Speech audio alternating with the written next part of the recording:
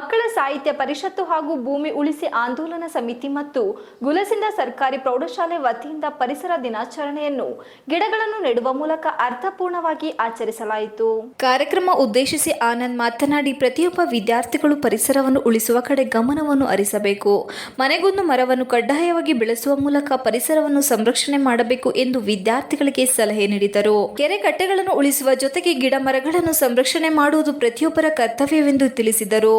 ಇದೇ ಸಂದರ್ಭದಲ್ಲಿ ಮಕ್ಕಳ ಸಾಹಿತ್ಯ ಪರಿಷತ್ತಿನ ಅಧ್ಯಕ್ಷರಾದ ಸಿಎನ್ ಅಶೋಕ್ ಕೆಂಪೇಗೌಡ, ವೇದಿಕೆ ಅಧ್ಯಕ್ಷರಾದ ಕಾಳೆನಹಳ್ಳಿ ಆನಂದ್, ಮಕ್ಕಳ ಸಾಹಿತ್ಯ ಪರಿಷತ್ತಿನ ಪದಾಧಿಕಾರಿಗಳಾದ ಸಿದ್ದೇಶ್, ಮಹಾದೇವ್, ಜಗದೀಶ್, ಪತ್ರಕರ್ತ ಜಯರಾಮ್, ನಾಗೇಶ್, ಸಿಎನ್ ಅರುಣ್ ಕುಮಾರ್, ಬಿಆರ್ಸಿ ಅನಿಲ್, ಸರ್ಕಾರಿ ಪ್ರೌಢಶಾಲೆ ಶಿಕ್ಷಕರಾದ ಪುಟ್ಟರಾಜು ಸೇರಿದಂತೆ ಇತರರು ಹಾಜರಿದ್ದರು. ಆದರೂ ಸಹ ನಾನು ಪ್ರಾಸ್ತಾವಿಕವಾಗಿ ಎರಡು ನಿಮಿಷ ಮಾತಾಡ್ಲಿಕ್ಕೆ ಇಷ್ಟಪಡ್ತೇನೆ. ಅಶೋಕ್ ಸರ್ ನಮಗೆ ಪರಿಚಯ ಆಗಿ ಸುಮಾರು 1994ರಲ್ಲಿ ಪರಿಚಯ ಆಗಿದೆ. ಇಲ್ಲಿಗೆ 30 ವರ್ಷಗಳ ಪರಿಚಯ. ನಾನು ಆಗ್ಲಿಂದಲೂ ಸಹ ಕೆಲವು ವೇದಿಕೆಗಳಲ್ಲಿ ತಾಲೂಕು ಮಟ್ಟದಲ್ಲೂ ಸಹ ಹೇಳಿದ್ದೇನೆ.